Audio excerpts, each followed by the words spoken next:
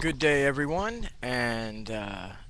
Again, today is Saturday, July 17th. And it's actually the beginning of the ninth wave of the Mayan calendar is hitting planet Earth. And that is the one that will bring about unity consciousness. Unity consciousness, what's that mean? Well, it's something we've had before and we're striving towards again. Uh, if you think of evolution or the time of consciousness and human mind, if you don't like the term evolution, it's okay. Uh, I do believe in evolution, but not the way the atheistic scientists would tell us. There is a God. I do not believe in a God. I know there's a God. But I cannot prove that to you. And those of you that know there's a God understand what I mean. And those agnostics out there are probably looking at me cross-eyed going, And the atheists aren't even watching, so I can say what I want.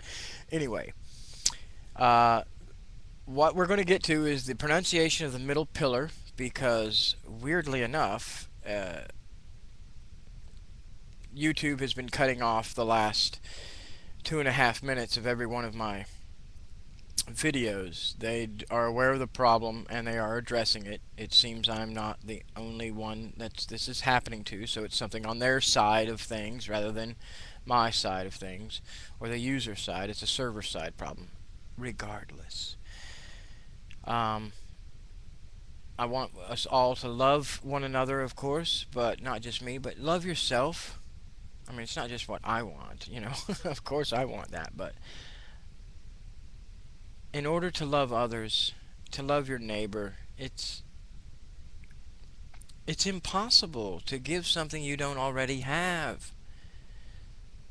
So whatever little voice inside you that tells you you're a piece of shit, that tells you you did that wrong, if it does it in a voice that you did that wrong and offers no solution, get rid of it. Quit listening to it.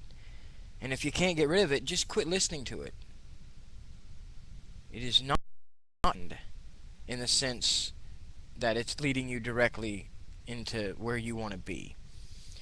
However, you can use it to show you what not to listen to. So in that sense, it's a help.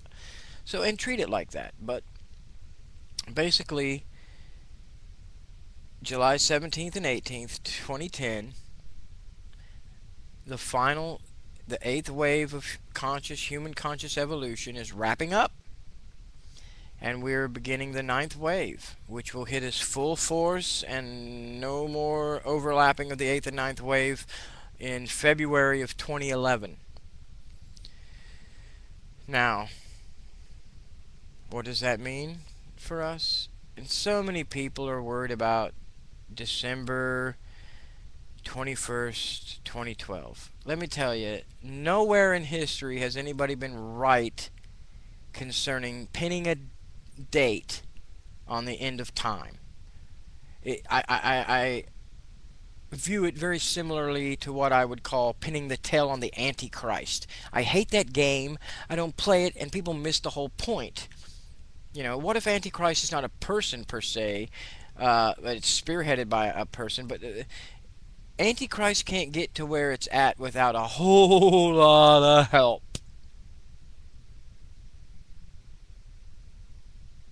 Now, chew on that for a minute and realize you're a child of the universe. Not only are you a child of the universe, you are a part of the universe. Not only are you a part of the universe, you are at the top of the food chain in the physical plane of existence that we call Earth. That is, we're aware of in our five senses that we come into this world with if we have a genetic balance. If everything, five fingers on each hand and five toes on each foot and a heart that beats, but we all have little elements that show our mortality. Well, anyway, what I'm trying to say is you are the universe. As above, so below. As within, so without. The higher you go, the more it looks like we're looking through an electron microscope. And the deeper we look into an electron microscope, the more it looks like we're looking out of the big thing. Size is all relative.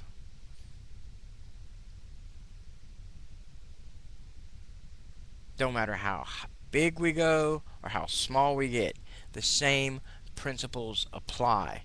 Now you're thinking, well, what about the theory between general relativity and quantum mechanics? There's a big schism of difference there. And yes, that has been the whole push of physics for the last 60 some odd years, if not more than the last 80 years. And as a scientist, I'm going to tell you, the more I read modern physics, and as an initiate, I have a pretty vast knowledge of sacred texts throughout the ages of written languages since our history, our accepted history, and all of those sacred writings. I'm telling you, I can't tell the difference sometimes whether I'm reading a Taoist text, a Buddhist text, a Hindu text, uh, or a Merkaba mystic, the precursors of the Jewish mystics and writers of the Old Testament and the prophets of the Old Testament. I compare their metaphysics and mysticism to modern day physics, and the words are different, but the concepts are identical. Hmm. Hmm. Something to think about. So, here we go with the middle pillar. Again, it's 5 spheres. The top.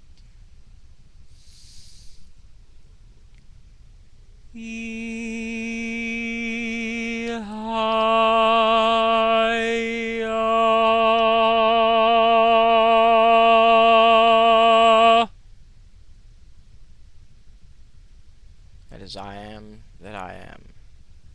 Third eye. And vibrate it in the middle. Feel it in the center of your skull, right behind your eyes, in the top of the sinus cavity. Elohim.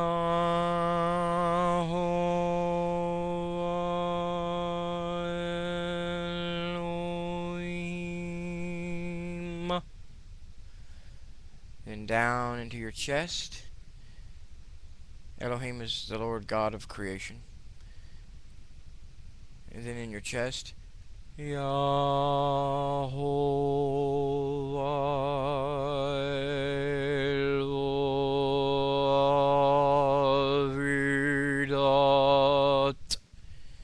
That's the Lord God of knowledge, and we want to feel it all throughout the thoracic cavity and the gut, your will and your heart center, because you don't want to separate your love and your will.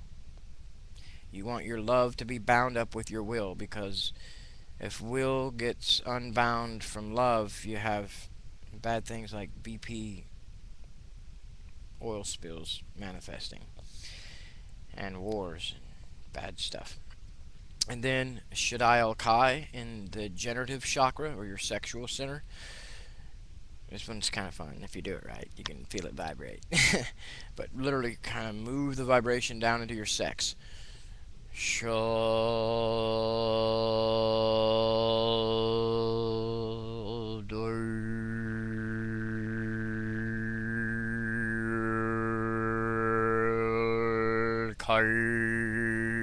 Al-Kai. It's Shaddai Al-Kai. That is the Lord of creation, the Lord God Most High. And then finally, all the way down to the bottom of your feet, like you're standing on a beach ball on the earth.